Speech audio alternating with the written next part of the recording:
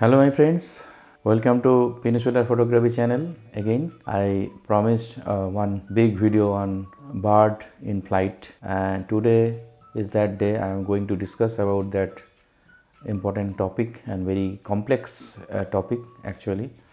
That is the reason I took so long to post my video.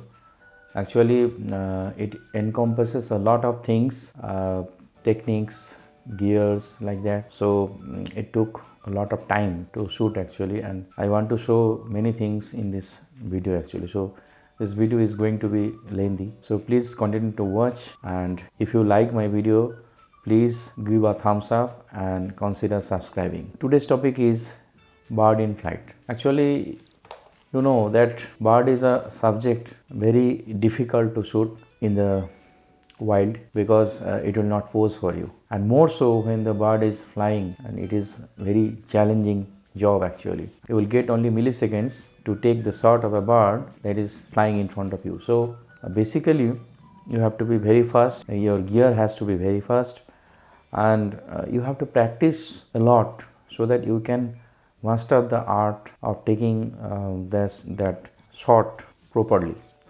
So basically this is one type of you can say sport shooting like thing. So during sport shooting you have to be very fast, you have to be very alert, and like that in bird shooting also you have to be very alert, and you have to set all the settings beforehand. You will not get a second chance. Over the years I have practiced this shot and almost I have perfected, but one thing is that every time you buy a new camera you will have to practice again, because all the cameras have different features. If you stick to a specific gear, then it will be good, and you practice on that gear and you will perfect the art. Long ago when I started, maybe it is 2012, that time I had only a Nikon D5100 camera, and that time I didn't realize actually that that camera was inadequate to take a flying bird shot, and I tried many times but I failed. That time also tutorials was not available on the YouTube, and a few articles I found on internet that was written by some professional photographers, and I followed them very diligently. But even after following those things, settings, the camera was not adequate to deliver good results, because that camera had very small buffer capacity and burst speed was not very great. The lens that I was using was I think 55 to 250 or 55 to 200 like that, and the reach was not very good, and it was also so slow focusing. Then I was searching for a bigger lens with bigger reach, and I bought I think 70 to 300, but even that was inadequate. After searching and practicing, eventually I came to budget lens of Sigma. From Sigma it was 150 to 500, then Sigma released 150 to 600, and Tamron also released 150 to 600. In that time those lenses were not available, and actually bird photography has now gained very popularity in every place all over the world, and I think bird is a beautiful subject to photograph also.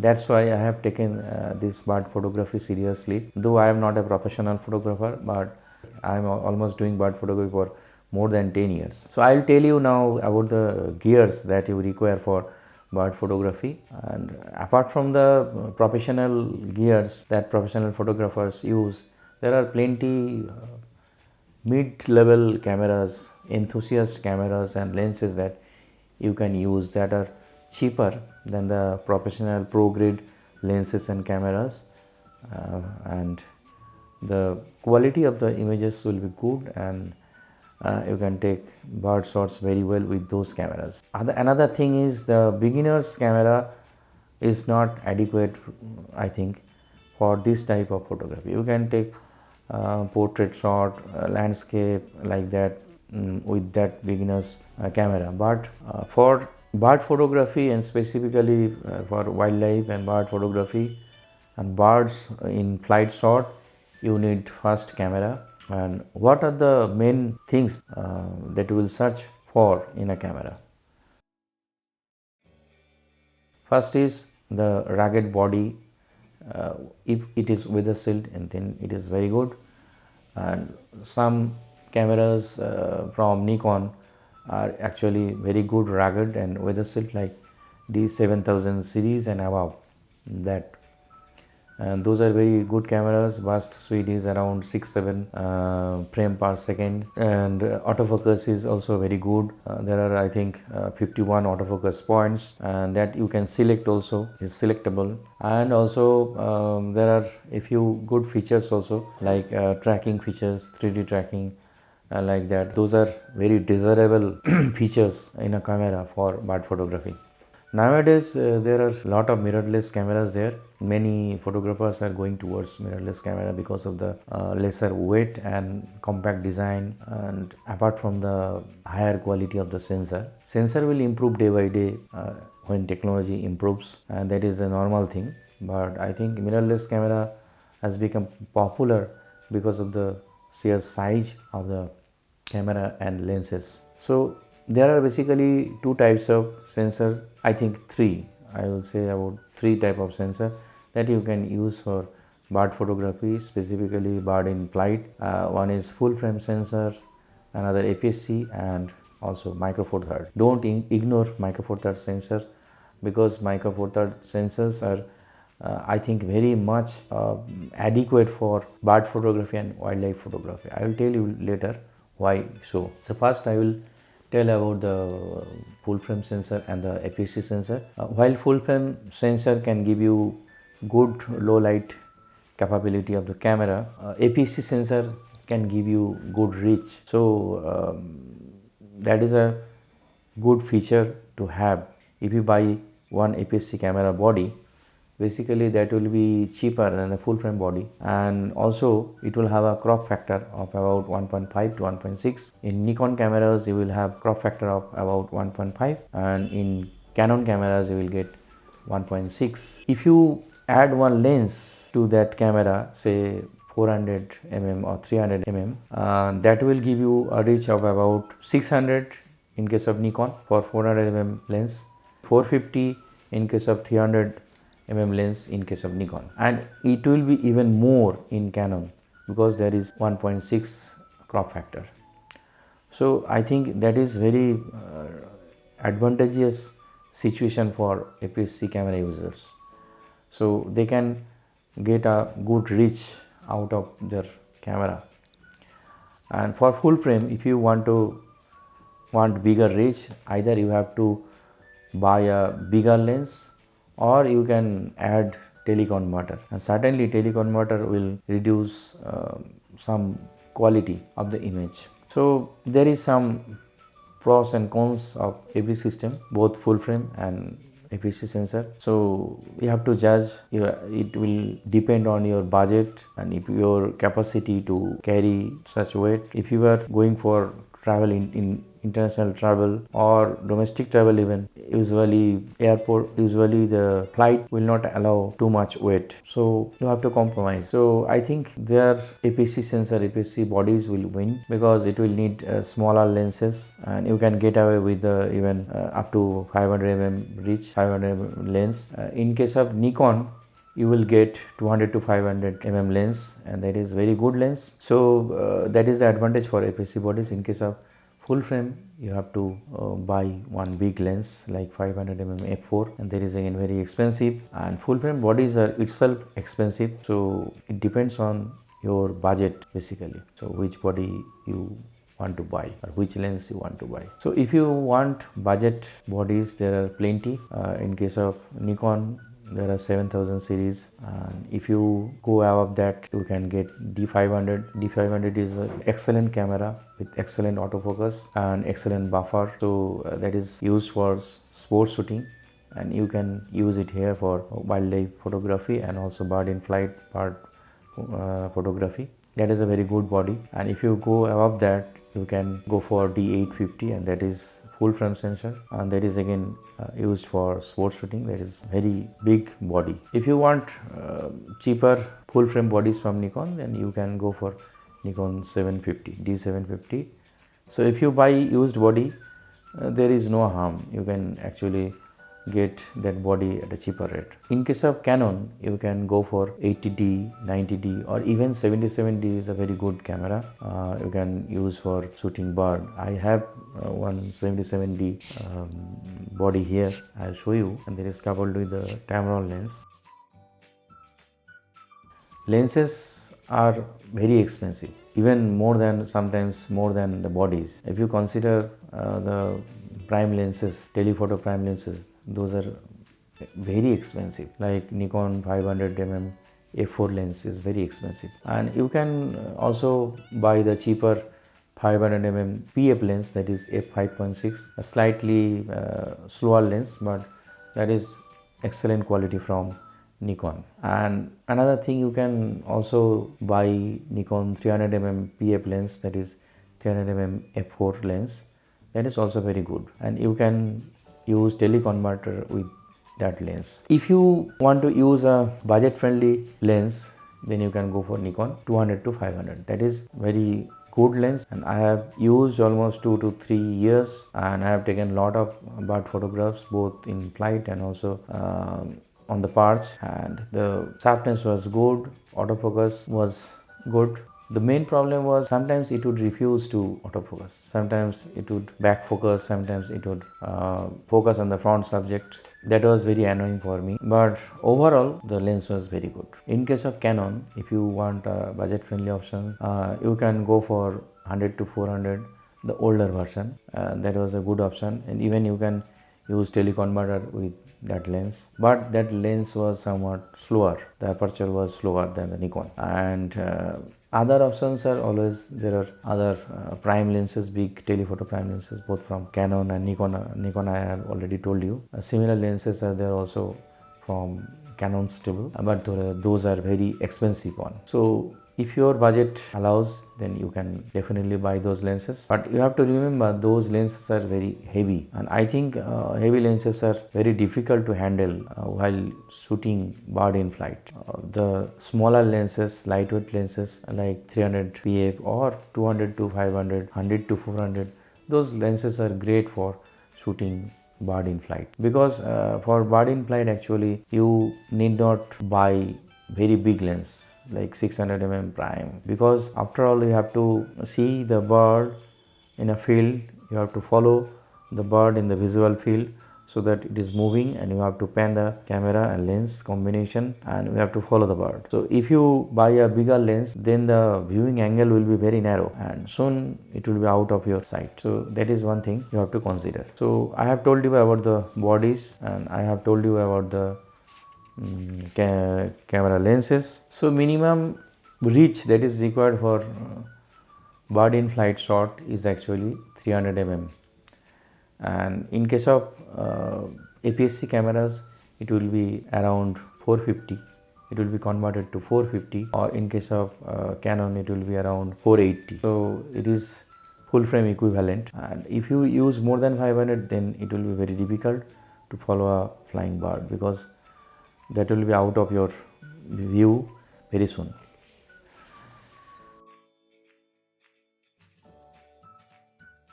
Many photographers use shutter priority mode. In Canon it is known as TV mode. That is good. You can just select the shutter speed according to your need. You just change quickly the shutter speed, and camera will automatically decide the aperture. But one disadvantage is there, because if there is very bright light and you have selected say 1/1000 second, the camera will stop down the aperture and it may take you to the f8 or more than that. Then it will be very problematic, because there will be no blurred background, and that is needed actually for creating an artistic effect. The depth of field will be more, background subjects will be more prominent behind the bird. So that is, I think, not very advantageous for shooting bird in flight. I think manual mode is more appropriate for bird in flight shots.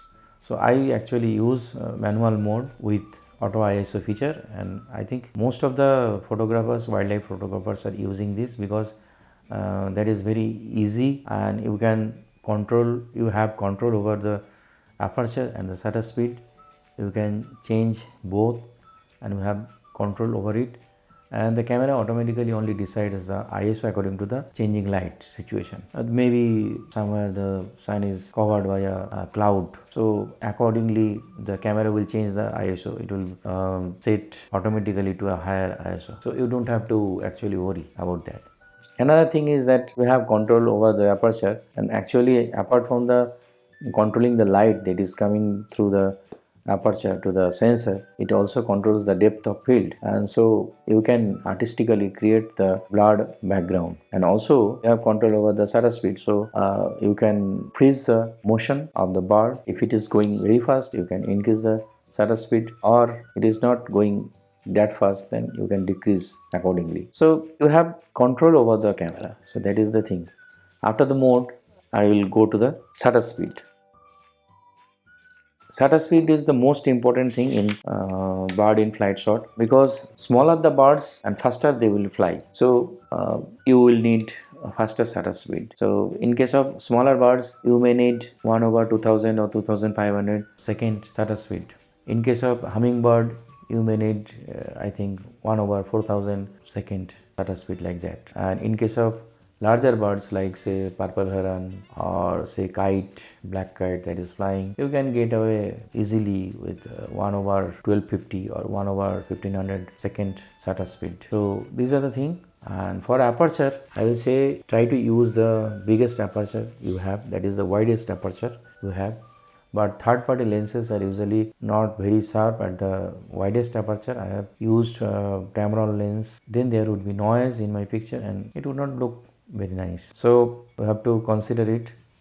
Third party lenses, those are cheap option for you, but those will not give good quality. Sometimes sharpness issues are there, and sometimes the lenses will not be quick focusing or fast focusing. Though I will not say that Tamron was slow lens. That time I had Sigma lens also. First I bought one Sigma lens 150 to 500 and images from that lens was sharp, but autofocus system was not good. At that time the lens autofocus was very slow, and Tamron lens was faster in autofocusing, but the sharpness issues were there. But after I bought the Nikon 200 to 500, then I was very happy. But in the later part, the lens had some issues, and I searched in the internet and I found many photographers actually complaining about some autofocus problem. The lens was sharp and sometimes it would autofocus very quickly and sometimes it just refused to autofocus. Now I will go to another feature, that is important feature that you should think of while you are buying a camera. You should check whether it has high burst rate for shooting, because that is a very important feature that is needed for bird in flight shot. At least you need more than 8, I think. I had Nikon cameras D7200 that had I think 7 frames per second. That is so not very good. I will recommend at least 8 to 10 or more than that. So high burst rate shooting is required, because while you are shooting continuously on a bird, and there will be some time when the wings will cover the head, or the head is not visible, or the eye of the bird is not visible, and there will be some images that will not be very sharp. So you have to select the sharp one from a series of say 15 to 20 shots, like that. And if your burst rate is very low, there will not be larger number of images to choose from. So I think high burst rate is essential for bird in flight shot. And another thing I have to tell, that high buffer rate is also important. The cameras with the high buffer capacity usually take shots for maybe more than 3 seconds, 5 seconds, like that. You can continue to take the shot while the bird is flying, and actually that will maximize your keeper rate. So that is another feature you will want in your camera. Auto ISO feature is actually very good feature. If you have in your camera, then you can use, and best is to use manual mode with auto ISO feature. Now the most important thing is the autofocus. For bird in flight shots, you need very quick autofocusing and very accurate autofocusing camera. And I have seen that the high-end cameras or enthusiast cameras can autofocus very quickly and accurately. D7000 cameras from Nikon are very good. D500 is even better, and D850 in the full frame is just awesome. And in case of Canon, 1DX is excellent. It is used by professionals, and 90D, 80D is very good in this aspect.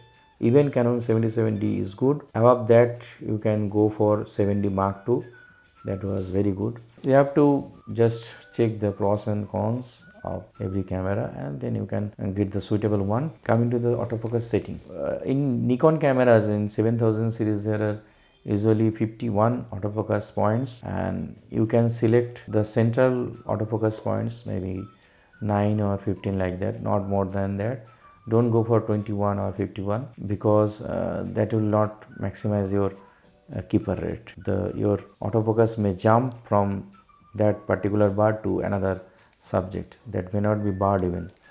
So that is the thing, and just you select the center autofocus points. And another thing is you have to change the autofocus mode to continuous autofocus with tracking. If you have tracking facility, then you can change to autofocus tracking with continuous autofocus, that is AFC. And in case of Canon, you have to select the continuous servo mode, continuous servo autofocus mode. And in Canon also you can select the autofocus points, usually 9 to 15 central autofocus points are adequate. If you select them, then it is good. Another point I have to tell you that when the bird is moving erratically, then you can increase the autofocus points, say 21 points or 51 points. And if it is flying in the sky, clear sky, then you can increase the autofocus point. Sometimes I have seen that even it can miss focus due to clouds or maybe some other birds crossing, maybe some trees coming in the view, then autofocus can jump on the tree. To prevent that thing, you can do one thing, that you have to decrease the autofocus sensitivity. So there is one option in the menu, just decrease the sensitivity to the negative and you will be good to go. Now in the camera option, forgot to mention another camera that is from Micro Four Thirds system. In Micro Four Thirds system, Panasonic and Olympus cameras are also good option for bird photography, even bird in flight shots. Don't ignore those cameras. Those cameras will give you more reach in a small compact body. Lenses are very lightweight and compact, and those bodies are weather sealed, very strongly built, rugged and weather sealed. So that is a good option. You can consider also Olympus and Panasonic. Panasonic G9 is excellent for bird shooting, and in case of Olympus, you can either go for Olympus OM1 that was launched recently, or you can go for older bodies like EM1 Mark III, EM1 Mark II, and even EM1X. EM1X is somewhat bulkier. I don't like that body. I have the EM1 Mark II body, that is older body, but still it has the capability to take good bird photos. I'll show you a lot of photos in the later part of the video. Please continue to watch the video.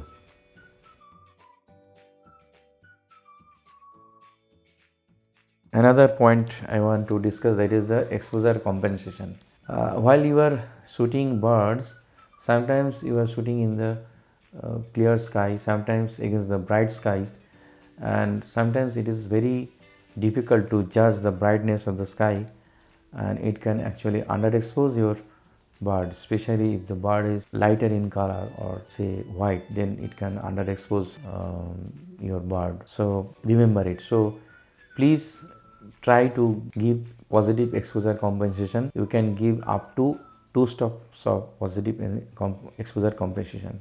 Sometimes I have seen that 1 stop is adequate, 1 stop of exposure compensation is adequate.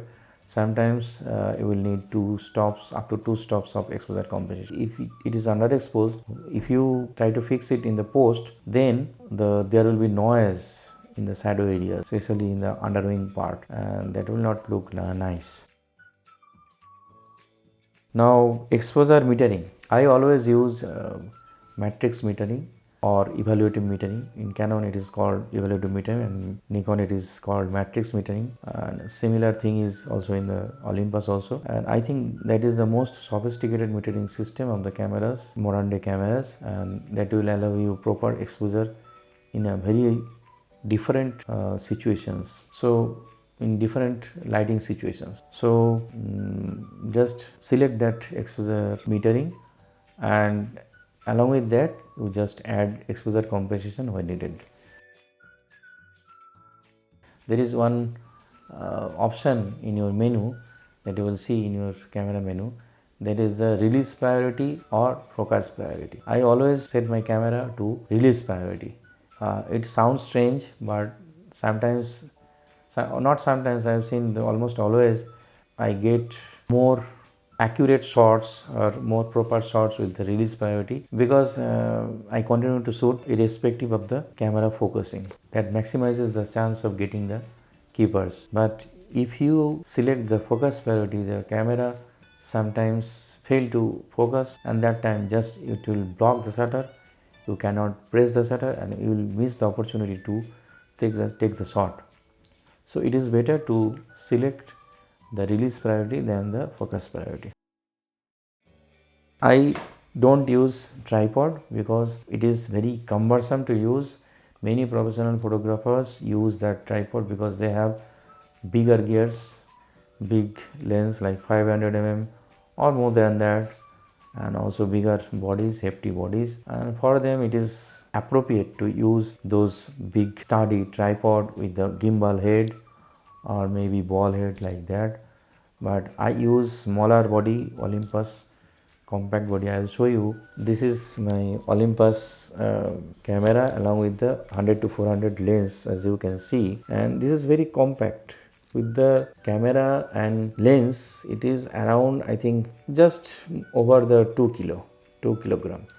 I can hold the camera whole day for bird shooting, even for shooting the bird in flight shots, and that will not be problematic for me. I can take it to anywhere in my bag, in my smaller camera bag, along with other lenses also, travel lenses. So I think the Micro Four Third is a very good option.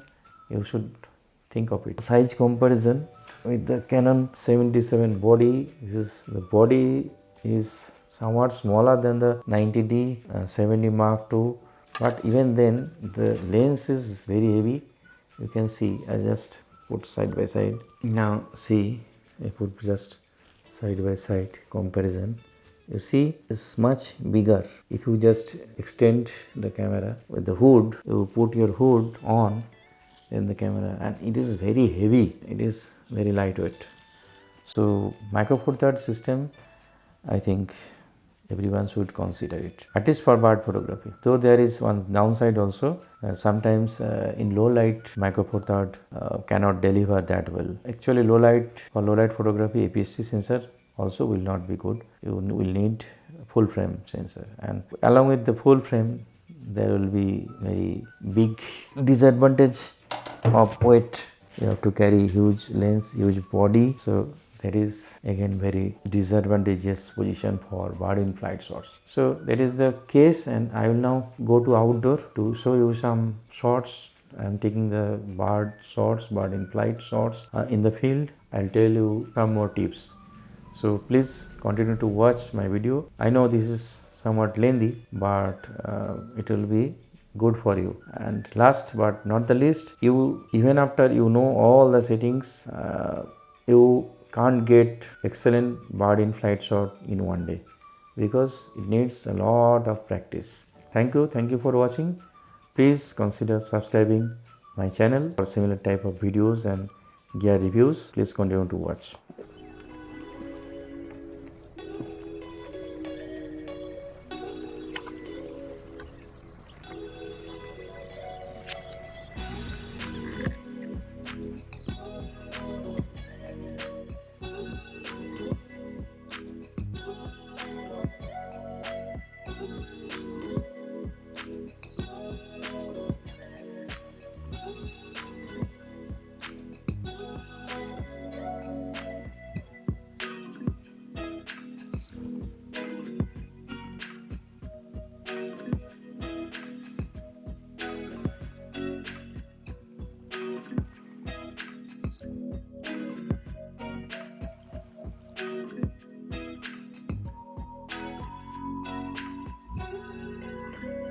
So friends, we have now come to the field for demonstrating the bird in flight shots, and I have come to the Tista wetland. As you can see here, there is the Tista river flowing, and this is the river bed actually. And behind me there are several kites I am seeing, black kites, and these are the best birds for practicing your bird in flight shots if you have them in your surroundings. Otherwise, you can practice bird in flight shots on pigeons also. So now I have my favorite Olympus EM1 Mark II camera with me, with the Olympus 100 to 400 mm Zuiko lens. And while this camera is a pro level camera, and it can shoot up to 15 frame per second for mechanical shutter, and at least 60 frame per second for electronic shutter, but here I will use only the mechanical shutter, because mechanical shutter can focus while it is in continuous autofocus. Most of the time, if you decrease the electronic shutter speed, that is 1 over 30 fps, then it can focus also, but the problem is that there is some distortion if you use electronic shutter. So always I use mechanical shutter for shooting the birds while in flight. The field here, you can see behind me there are black kites there. So now let's go. You can see I am using the back button autofocus or autofocusing, and shutter only for taking the shot. Another thing is I am decreasing the zoom length slightly so that I can get a wider field of view, so that while the bird will fly, I can take the shot, otherwise it will be out of my viewing field. So I am reducing the zoom length to 300. Now while I am approaching towards the sitting birds, I can see one bird is hovering in the sky. So I will take some shots of that kite. It is much easier to take the shot when the bird is actually approaching for flight, or from flight position it is going to sit on a perch or some land, then it will be easier to take the shot. So when you practice, keep in mind you firstly practice the shot on that sitting birds that is approaching for flight, or the flying birds that is approaching for a perch and then sits, and taking that shot is much easier rather than taking the bird while it is flying. Ibis, get ready.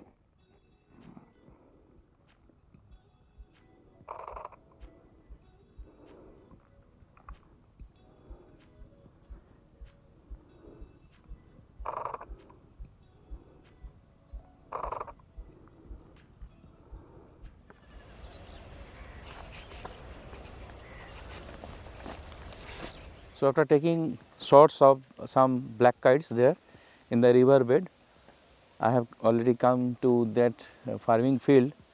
This field is also in the river bed, and here I will try some shots of the egret, cattle egrets.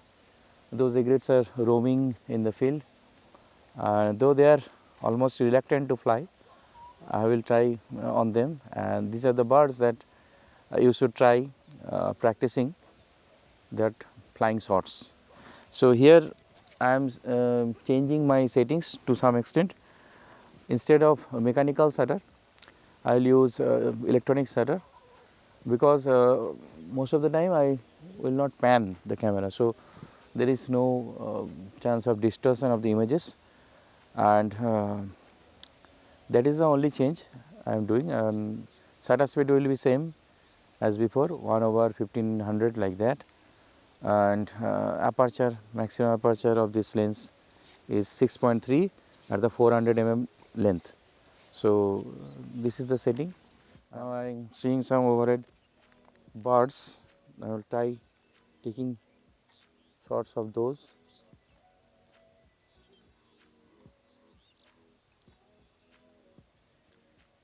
Yes.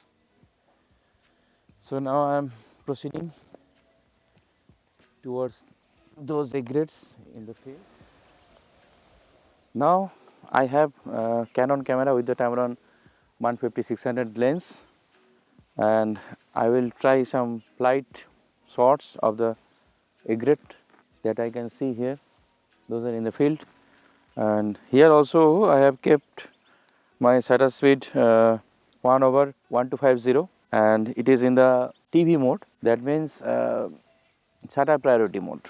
Okay, and other settings are continuous autofocus, and focus point I have selected zone 9 point, actually central 9 point I have selected, and so that I will try to keep the bird in the central part and it can focus quickly. And here back button autofocus is already activated, so I will try some bird shots with this camera and lens combinations. That for flying shots you have to reduce the zoom length, otherwise the viewing angle will be very short and the bird will be invisible very quickly.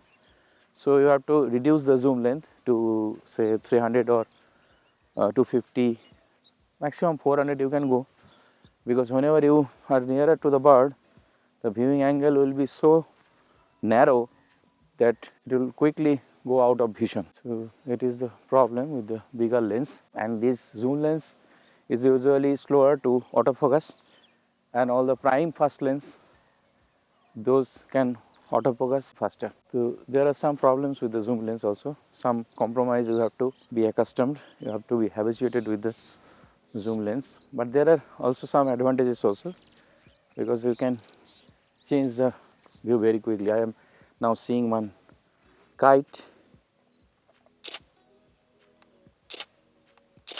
I think due to the memory card that I put inside it, it's not allowing high burst shooting. For high burst shooting to take place in your camera, you also need fast card, memory card.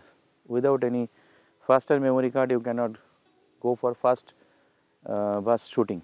So that is another thing that you have to remember. If you use class 10 or more than that SD card, then those cards are very fast.